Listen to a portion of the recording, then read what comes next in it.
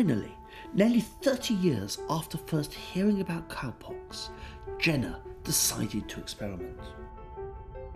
Now, all he needed was a milkmaid, and in May 1796, she walked through his surgery door.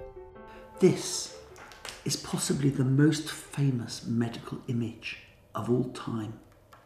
It shows the hand of Sarah Nelmes, infected the pustules of cowpox.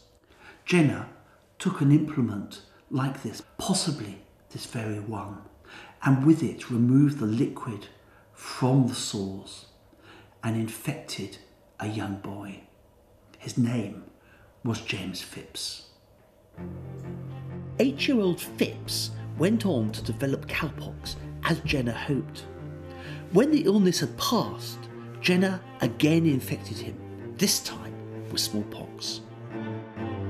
2 weeks later, Jenner felt able to write to a friend. "I have at length accomplished what I have been so long waiting for, the passing of the vaccine virus from one human being to another. Now, listen to the most delightful part of my story. The boy has since been inoculated for the smallpox, which, as I venture to predict, produced no effect." Was Jenner really brilliant, or did he just stumble upon something by accident? Well, I think he was both of those things. He did stumble across the discovery. Other people had already done that, so he was not the first to make the connection between cowpox and protection against smallpox. But the crucial thing that he did was to broadcast the news to the world.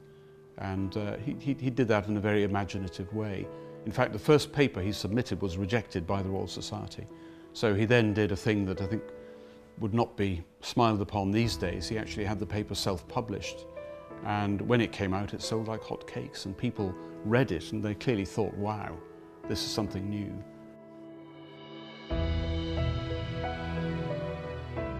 Flawed but brilliant, Jenner's inquiry showed that vaccination with cowpox actually worked and saved lives.